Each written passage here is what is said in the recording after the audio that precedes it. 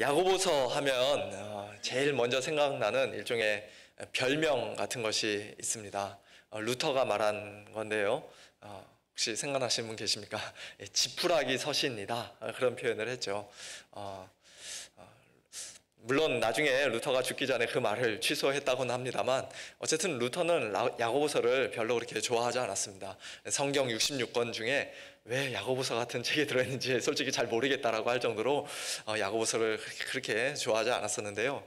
왜냐하면은 야고보서 안에는 루터가 그렇게 사랑하고 중요하게 생각했던 복음이 선명하게 들어있지 않았기 때문입니다. 예수 그리스도의 십자가, 부활 복음이 야고보서 안에는 아주 명시적으로 이렇게 선명하게 나타나 있지 않기 때문에 루터는 별로 이렇게 좋아하지 않았고, 아니 심지어 더 나아가서 야고보서는 마치 자칫 우리가 오해하면은 오직 믿음으로만 의롭게 된다는 사도 바울의 복음과 완전히 충돌되는 것처럼, 모순되는 것처럼 보이기까지 하지 않습니까?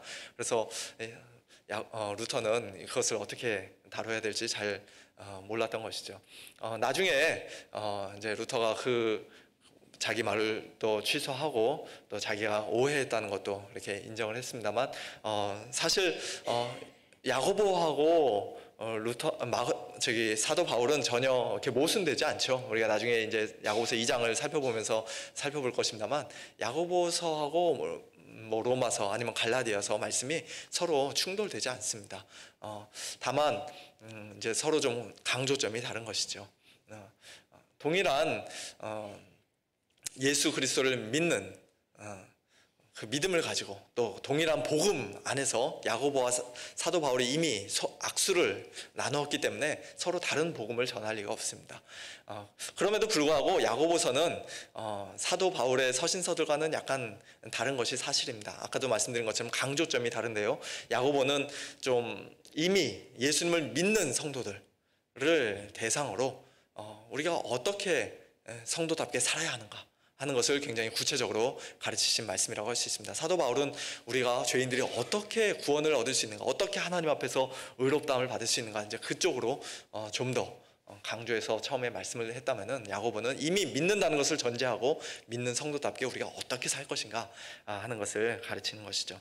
그래서 야고보서는요, 굉장히 좀 다양한 측면에서 보면은 풍부한 서신입니다. 율법을 많이 강조하고 또 율법을 많이 인용하고 있기 때문에 구약 성경의 토라, 율법서와도 비슷한 면이 많이 있고요. 또 성도들이 성도답게 살지 못할 때는 아주 따끔하게 혼내고 야단치는 면도 있고, 또 따뜻하게 하나님의 말씀을 위로하는 모습도 있고, 그런 면들은 마치 구약 성경의 선지서를 보는 듯한 느낌을 받습니다. 그리고 야고보서에는 우리가 그리스도인으로서 어떻게 살아야 하는지 구체적으로, 또 참된 지혜가 무엇인지 그와 같은 것들을 가르쳐 주는 걸 보면은 구약 성경의 잠언과도 같은 그 지혜 문학과도 굉장히 비슷한 면이 많이 있죠. 그리고 특별히 야고보서에는 예수님의 산상수훈을 비롯해서 예수님의 말씀, 그리고 예수님의 직접적인 가르침이 가득 들어 있습니다. 한마디로 말해서 야고보서는 지푸라기 서신이 아니라 너무나도 사랑스럽고 너무나도 참 귀하고 또 너무나도 우리에게 유익한 하나님의 진리의 말씀인 것입니다. 그렇게 중요한 이 야고보서 말씀을 이제 우리 서문 장로교회 사랑하는 성도님들과 함께 오늘부터 매주 수요일 저녁마다 살펴보려고 합니다. 2020년 올 한 해 예수를 바라보자라는 표현을 가지고 우리가 이제 새롭게 시작을 했는데요. 예수를 바라보는 성도의 삶이 과연 어떠한 모습이어야 하는지, 그리고 그와 같은 성도로서 우리가 어떻게 살아갈 수 있는지, 우리 힘으로는 안 될 텐데 어떻게 우리가 그와 같이 살아갈 수 있는지, 그와 같은 것들을 야고보서 말씀을 통해 다시 한번 차근차근 잘 배우고 또 새롭게 깨닫고 또 겸손히 순종하는 우리 모두가 되기를 주님의 이름으로 축원합니다. 오늘은 야고보서의 서론과도 같은 시간입니다. 먼저 야고보서를 누가 썼습니까? 너무 쉬운 질문을 드렸죠. 방금 우리가 1절 말씀을 읽었고, 또 야고보서라는 책 이름에서도 알 수 있듯이 야고보서는 야고보가 썼죠. 베드로전서는 베드로가 썼고, 요한일서는 사도 요한이 썼고, 또 디도서는 누가 썼습니까? 디도라고 하면은 함정이죠. 디도서는 사도 바울이 썼습니다. 그러나 야고보서는 야고보가 쓴 게 맞습니다. 문제는 성경에 야고보라는 사람이 한두 명이 아니라는 것이죠. 우리가 잘 아는, 잘 알려진 사람만 해도 최소 3명 이상 성경에 이렇게 야고보라는 이름이 나옵니다. 예수님의 12제자 중에 야고보라는 사람이 2명이나 들어있죠. 사도 요한의 형제이고 세베대의 아들인 야고보, 우레의 아들이라는 별명을 가진 아주 성질이 급했던 그 야고보가 있고, 또 작은 야고보라고도 불렸던 알페오의 아들 야고보도 예수님의 제자였습니다. 그러나 초대교회 때부터 전통적으로 교회는 이 두 사도들이 그 야고보가 아니라 또 다른 야고보, 즉 예수님의 형제인 야고보, 주의 형제, 예수님의 동생인 야고보가 이 야고보서를 썼을 것이다 라고 그렇게 생각을 했고, 저도 그 견해에 동의하면서 말씀을 쭉 전하려고 합니다. 예수님의 다른 동생들과 마찬가지로 야고보는 처음에 예수님을 믿지 않았습니다. 요한복음 7장 5절을 보면은 이는 그 형제들까지도 예수를 믿지 아니함이로라 그렇게 말씀하고 있습니다. 그리고 마가복음 3장 21절에서는 예수의 친족들이 듣고 그를 붙들러 나오니, 그는 예수님이죠. 예수님을 붙들러 나오니 이는 그가 미쳤다 하밀러라, 크레이지하다고 그렇게 생각하면서 예수님을 붙잡으려고 끄집어내려고. 누가요? 예수님의 친족들이. 거기에는 아마 예수님의 동생들도 포함되어 있었을지도 모르겠습니다. 성경에는 적혀있지 않습니다만 어쩌면 예수님의 동생들은 어릴 때부터 형을 싫어했는지도 모르겠어요.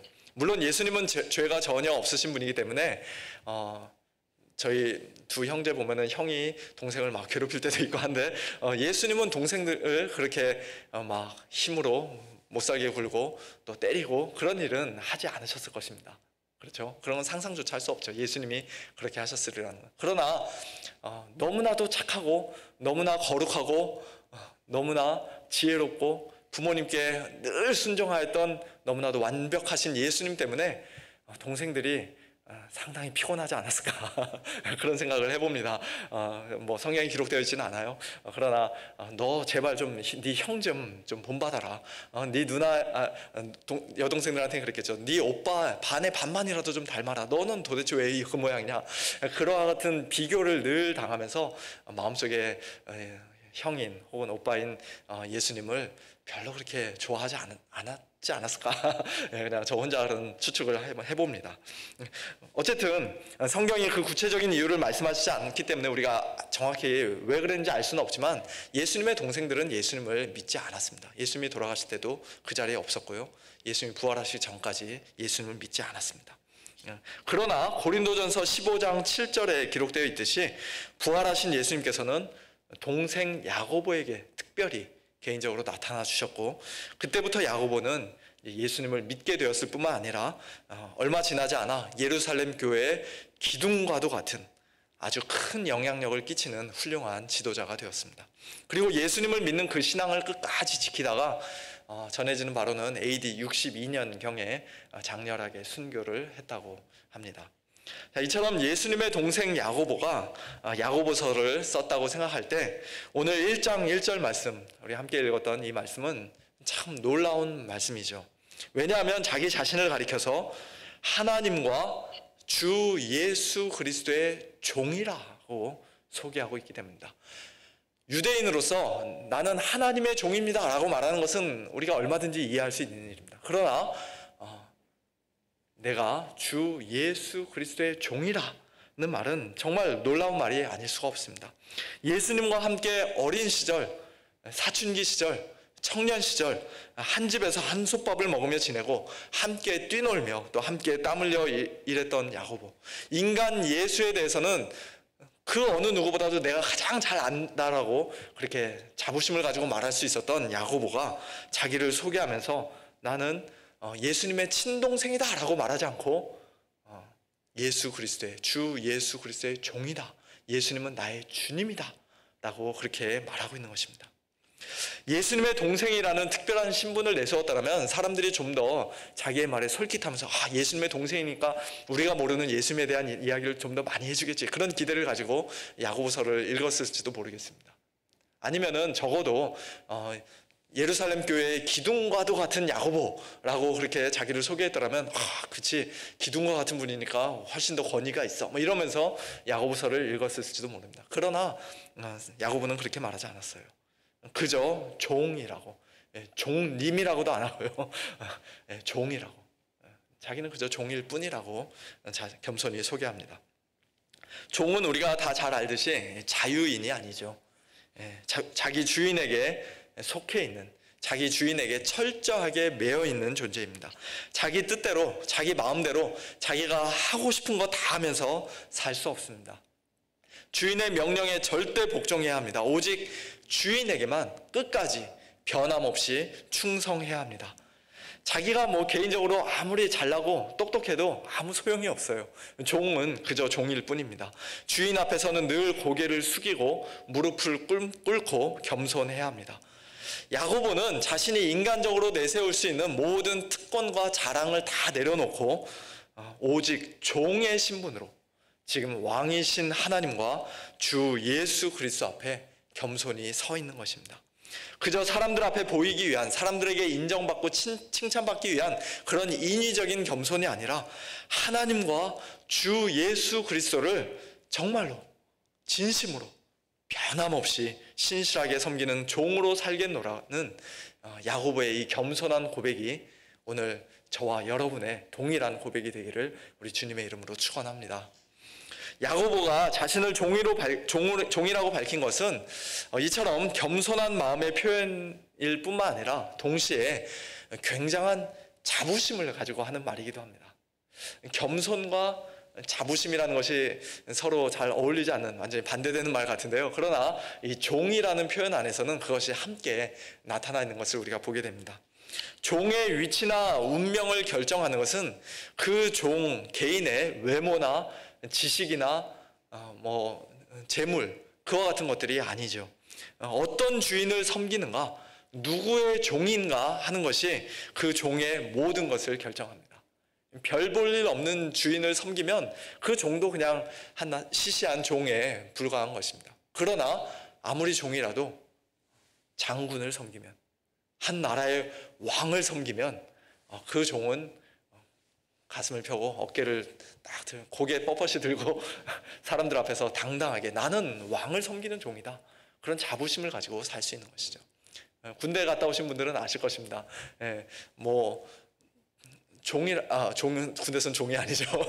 짝대기 하나짜리 쫄병이라도 그가 별단 장군을 모시고 다니면은, 운전병이라든지 모시고 다니면은 그 장군이 가는 곳마다 막 더 자기보다 계급 높은 사람들이 격려할 때 자기도 그 뒤에서 같이 격려를 받고 쫓아다니면서 이렇게 남들이 함부로 무시하지 못하는 그와 같은 경험들을 하죠. 세상의 장군도, 세상의 왕이나 임금도 그 종들이 참 그와 같은 권세를 누리고 또 그와 같이 당당할 수 있다면, 하물며 이 온 우주 만물의 창조자가 되시고 이 온 우주 만물의 왕이 되시는, 만왕의 왕이 되시고 만주의 주가 되시는 우리 하나님을 섬기는, 우리 주 예수 그리스도를 섬기는 우리 성도들은 얼마나 더 참 자부심을 가지고 이 세상에서 당당하게 살아야 마땅하겠습니까?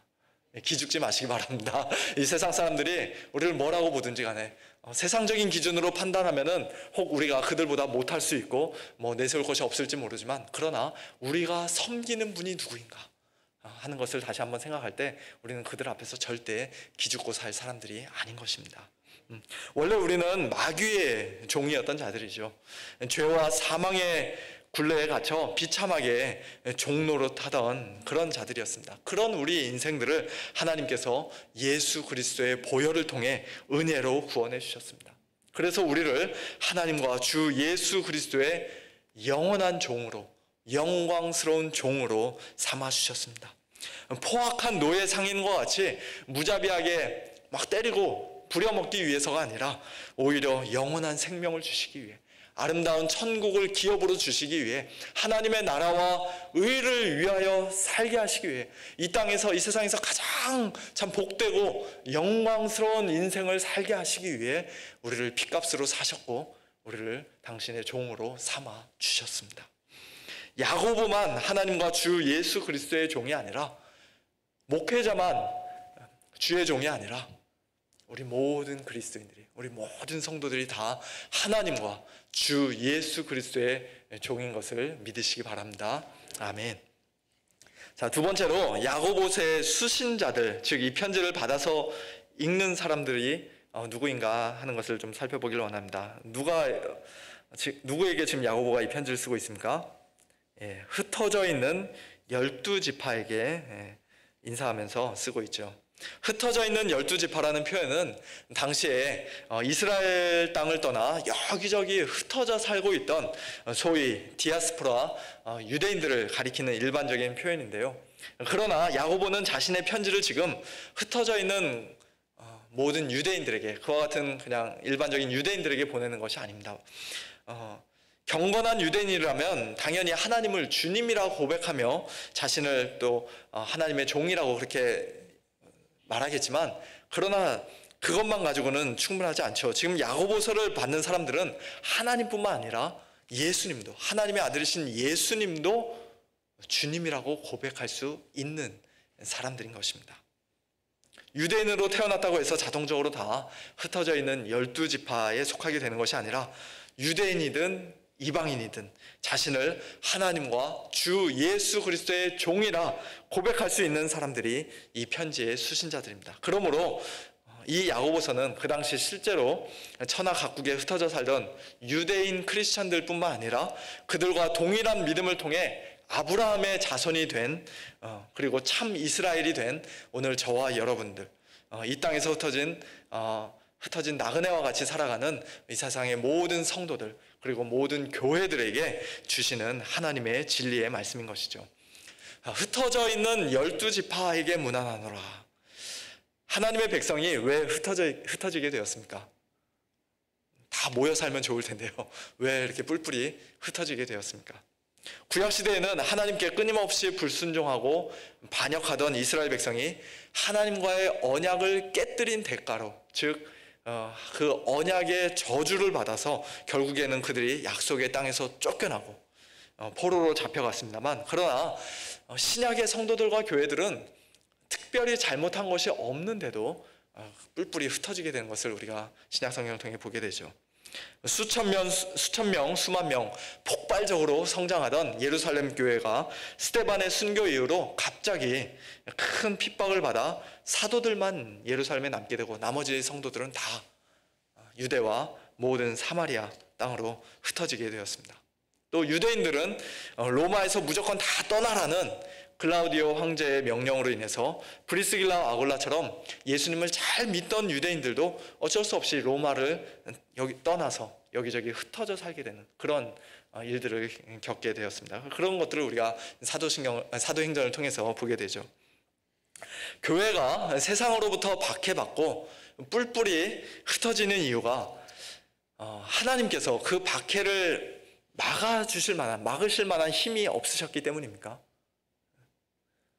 로마 황제가 유대인들 다 이 땅에서 떠나라고 할 때 하나님께서 그 로마 황제보다 힘이 약해서 성도들도 어쩔 수 없이 그 다 로마 땅에서 떠나야 했습니까? 당연히 그렇지 않죠. 그렇지 않습니다. 무슨 이유에서든지 간에 하나님의 백성이 뿔뿔이 흩어진 데에는 분명 하나님의 뜻이 있는 것입니다. 저와 여러분이 한국 땅을 떠나 이 미국 땅, 특별히 이 오렌지 카운티 지역에 살고 있는데도 다 하나님의 뜻이 있습니다. 때로는 내가 지금 이 미국 땅에서 뭐 하고 있나 생각하면서 자신의 신세를 한탄하는 분들도 혹시 계실지 모르겠습니다. 내가 잠깐 미국에서 이것만 하고 가려고 했는데 이렇게 오래 살 줄은 몰랐다, 그런 분도 계실지 모르겠습니다. 내가 한국에서는 참 떵떵거리면서 남부럽지 않게 잘 살았는데 미국에 와서 온갖 참 산전수전을 겪으며 고생 많이 하신 분들도 우리 성도님들 중에는 계실 것입니다. 때로는 한국에 두고 온 가족과 친구들이 너무 보고 싶고 외로워서 내가 지금 여기서 왜 이러고 살고 있지? 다시 한번 또 신세 한탄을 하는 그런 분들도 계실지 모르겠습니다. 그러나 현재 열악한 상황을 생각하며 한숨 짓고 눈물 흘리고 불평하기보다는 하나님께서 나를 여기에 왜 보내셨나 생각하면서 그 뜻을 발견하고 그 뜻에 순종하는 것이 훨씬 더 성숙한 그리스도인들의 모습일 것입니다. 하나님께서 성도들을 흩으시는 이유를 이 시간 크게 두 가지를 우리가 함께 좀 생각해 보고요, 오늘 말씀을 마치고자 합니다. 첫 번째는 복음 전파를 위해서입니다. 예루살렘 교회 성도들이 큰 박해를 받고 유대와 사마리아 모든 땅으로 흩어졌을 때 그들은 그 흩어진 곳에서 이제 새로운 땅에서 잘 적응하기도 바빴을 텐데 그들이 그곳에서 무엇을 했습니까? 사도행전 8장 4절 말씀 보니까요, 그 흩어진 사람들이 두루 다니며 복음의 말씀을 전했다라고 기록하고 있습니다. 사도들만 복음을 전한 것이 아니라 사도들은 예루살렘에 남아서 계속 복음을 전했지만 그 예루살렘을 떠나 온 땅으로 흩어진 일반 성도들도 그곳에서 자기들 먹고 살기에 바빴을 텐데 그것으로 끝내는 것이 아니라 그곳에서 만나는 사람들에게 복음을 전했던 것이죠. 하나님의 말씀을 전했습니다. 그 지역에서 자기들이 새롭게 옮겨간 그 지역에서 제일 큰 교회를 세우고자 하는 그런 욕심 때문이 아니라, 아니면 자기들끼리 똘똘 뭉쳐서 어떤 크리스찬으로서의 힘을 과시하고 어떤 파워를 형성하기 위해서가 아니라 복음에 대한 순수한 사랑과 열정 때문에, 또 잃어버린 영혼에 대한 정말 안타까운 그 마음 때문에 그들은 가는 곳마다 복음을 전했던 것입니다. 우리도 이처럼 흩어지는 교회로서의 사명을 잘 감당해야겠습니다. 물론 매주일 교회로 다 같이 함께 모일 때마다 하나님을 영과 진리로 참되게 예배하고 또 서로가 서로를 진심으로 사랑하며 겸손히 섬기는, 열심으로 섬기는 그와 같은 일들 너무 중요합니다만, 그러나 나머지 6일 동안 흩어져 있는 동안에도 우리가 각자의 위치에서 성도답게 잘 사는 것도 정말 그에 못지않게 너무나 중요합니다. 여러분 6일 동안 어떤 모습으로 사십니까? 있는 위치에서, 집에서, 회사에서, 일터에서, 또 이웃들과의 관계에서 어떤 모습으로 살고 계십니까? 사도행전 8장의 아까 그 말씀처럼 우리가 흩어진 그곳에서도 참 만나는 사람들에게 예수 그리스도의 복음 담대하게 증거하는 그런 예수님의 증인으로서의 삶을 우리가 잘 살아야 할 뿐만 아니라요, 더 나아가 우리의 참 말과 행실을 통해서 예수 그리스도의 향기를 드러내는, 정말 예수 믿는 사람 다르구나, 예수를 바라보자라는 표현으로 서문교회가 올해 이렇게 나간다고 하더니 예수를 바라보며 사는 성도의 삶은 저렇게 다르구나 하는 것을 보여주는, 그러한 도전을 주는 우리의 삶이 되어야 할 줄로 믿습니다. 예, 아멘이시죠? 예, 그와 같이 사시기를 바랍니다. 하나님께서 우리를 흩으신 또 다른 이유는 우리로 하여금 이 세상에 만족하지 않고 우리의 참된 본향인 영원한 천국을 사모하도록 하시기 위해서입니다. 이 세상에 우리가 다 모여서 이 세상에서 너무나 만족하면서 행복하게 살면은 우리가 천국을 별로 소망하지 않죠. 여기가 좋사오니 그러면서 이곳에 계속 정착해서 살기를 원할 것입니다. 그러나 우리가 이 땅에서 흩어지고 외롭고 힘들고 어려움을 당할 때 이곳이 내가 영원히 살 곳이 아니구나 하는 생각을 하게 되고, 하나님의 나라를, 우리가 갈 완성된 천국, 완성된 하나님의 나라를 소망하게 되는 것입니다. 흩어져 있는 12지파와 비슷한 표현이 베드로전서 1장 서두에도 나오는데요, 제가 읽어드리겠습니다. 예수 그리스도의 사도 베드로는 본도, 갈라디아, 갑바도기아, 아시아와 비두니아에 흩어진 나그네 곧 하나님 아버지의 미리 하심을 따라 성령이 거룩하게 하심으로 순종함과 예수 그리스도의 핏부림을 얻기 위하여 택하심을 받은 자들에게 편지하노니 은혜와 평강이 너희에게 더욱 많을지어다. 예, 여러 곳으로 흩어졌죠. 본도, 갈라디아, 갑바도기아, 아시아, 비두니아. 그 여러 곳으로 흩어져 있는 성도들을 한마디로 나그네라, 흩어진 나그네라고 부르고 있습니다. 인생은 나그네길, 저 옛날 노래라 제가 그 세대가 아니라서 죄송합니다. 음도 정확히 모릅니다만, 예수님 믿지 않는 이 세상 사람들도 인생은 나그네길이다 라고 노래하죠. 그들도 알고 있습니다. 그러나 그들은 그 인생이, 나그네 길과 같은 이 인생이 어디서부터 왔는지, 또 어디로 가는 것인지, 그리고 이 땅에 나그네와 같이 살아갈 때 왜 사는 것인지, 무슨 목적을 가지고 사는 것인지 그들은 분명히 알지 못하고 확신도 가질 수 없고 또 대답해 줄 수도 없습니다. 그러나 우리 성도들은 그렇지 않죠. 하나님의 진리의 말씀을 통해 우리는 우리 인생의 과거와 현재와 미래를, 즉 우리의 인생의 기원, 어디서부터 왔는가, 그리고 현재 왜 사는가, 인생의 의미, 그리고 인생의 목적이 무엇인가, 끝은, 종착점은 어디인가 하는 것을 우리는 분명히 알고 확신할 수 있는 사람들입니다. 그렇지 않습니까? 우리는 이 땅에 속한 자들이 아닙니다. 영주권이 있든지 없든지, 미국 시민권이 있든지 없든지, 한국 시민권이 상관없습니다. 우리의 진정한 시민권은 하늘에 있습니다. 우리는 하늘 시민권자들입니다. 우리는 이미 하늘에 속한 자들이며 그곳이 우리의 영원한 보좌입니다. 우리의 영원한 본향입니다. 우리 주 예수 그리스도께서 하나님 보좌 우편에 앉아 계신 곳, 또 영광스러운 천군 천사들이 그 보좌를 둘러싸고 큰 소리로 찬양하는, 밤낮으로 찬양하는 바로 그것이 우리의 영원한 집이요 안식처입니다. 우리가 마침내 가게 될 곳, 그것을 소망하십니까? 이와 같은 나그네 의식을 가지고 사는 성도는 이 세상에서 사사로운 감정과 또 일시적인 소유에 너무 집착하지 않습니다. 사도 바울은 고린도전서 7장 29절 이하에서 우리 성도들 중에 안에 있는 자들은 없는 자같이 안에 있는데 없는 자같이, 뭐 부정직하게 살라는 말이 아니고요, 안에 있는 자들은 없는 자같이, 우는 자들은 울지 않는 자같이, 기쁜 자들은 기쁘지 않은 자같이, 매매하는 자들은 없는 자같이, 세상 물건을 쓰는 자들은 다 쓰지 못하는 자같이 살아야 한다라고 말씀합니다. 무슨 뜻입니까? 이것이 전부인 것처럼, 이것이 다인 것처럼 살지 말라는 것이죠. 이거 없어지면 나 죽는데, 이거 없어지면 큰일 나는데, 그와 같이 살지 말라는 것입니다. 지금 하나님이 주신 것 누리며 살지만, 감사함으로 누리고 있지만, 그러나 그것이 하나님께서 또 정하신 때 없어지면, 하나님께서 가져가시면, 하나님께서 취하시면, 또 하나님께서 그렇게 하셨나 보다 하면서 그래도 여전히 우리는 이 땅에서 살아가야 한다는 것이죠. 있어도 없는 것처럼, 또 없어도 있는 것처럼 사는 것이 우리 성도의 모습이라고 말씀합니다. 또 마지막에 이런 말씀을 합니다. 이 세상의 외형은 지나가기 때문이라. 이 세상의 것들이 다 지나가기 때문에 거기에 너무 집착하지 말고 연연하지 말라고 말씀합니다. 우리는 이 세상에서 잠깐 나그네로 살다 가는 존재들입니다.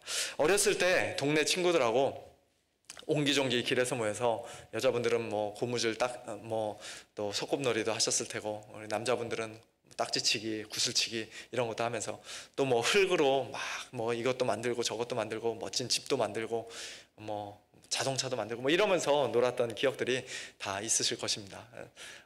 그런데 아무리 멋진 것을 만들고, 내가 아무리 또 많은 것을 가졌다 할지라도 어둑어둑해지기 전까지는 하나라도 더 가지려고 막 친구들하고 아웅다웅하면서 싸우기도 하고 다투기도 하고, 또 내 거 뺏기면은 막 울기도 하고 뭐 그랬을지라도, 이제 어둑어둑해져서 해가 져가면서 엄마가 나오셔서, 아무개야 이제 와라, 이제 시간 됐다, 밥 먹자, 손 씻고 밥 먹자, 이제 그렇게 부르시면은 놀던 것, 흙으로 아무리 멋진 성을 지으면 뭐합니까? 다 내팽개치고 뒤도 돌아보지 않고 그냥 즐겁게 집으로 뛰어가서 또 맛있게 밥을 먹었던 것처럼, 하나님께서 언젠가 우리를 부르시는 그날, 이 세상의 것이 전부인 줄 알고 그렇게 막 열심히 아등바등하며 살았는데, 그러나 이제 됐다, 아무개야 올라와라 부르시면은 우리는 이 세상에 있는 것들 다 내려놓고 그냥 올라가는 것이죠. 그것이 우리 성도의 삶입니다. 그와 같은 것을 늘 마음에 되새기라고, 늘 기억하라고, 그와 같은 자세로 살아가라고 하나님께서 우리 성도들을 흩으시고 이 땅에서 때로는 고난도 당하게 하시고 어려움도 겪게 하시는 줄로 믿습니다. 그것을 하루하루 의식하며 사는 삶, 천국을 뜨겁게 사모하며 사는 삶이 바로 예수를 바라보는 우리 성도의 삶, 저와 여러분의 삶인 줄로 믿습니다. 이 시간 우리 좀 말씀을 기억하면서요, 같이 좀 소리내어서 기도하는 시간 가지면 좋겠습니다. 한 목소리로 좀 같이 기도하면 좋겠습니다.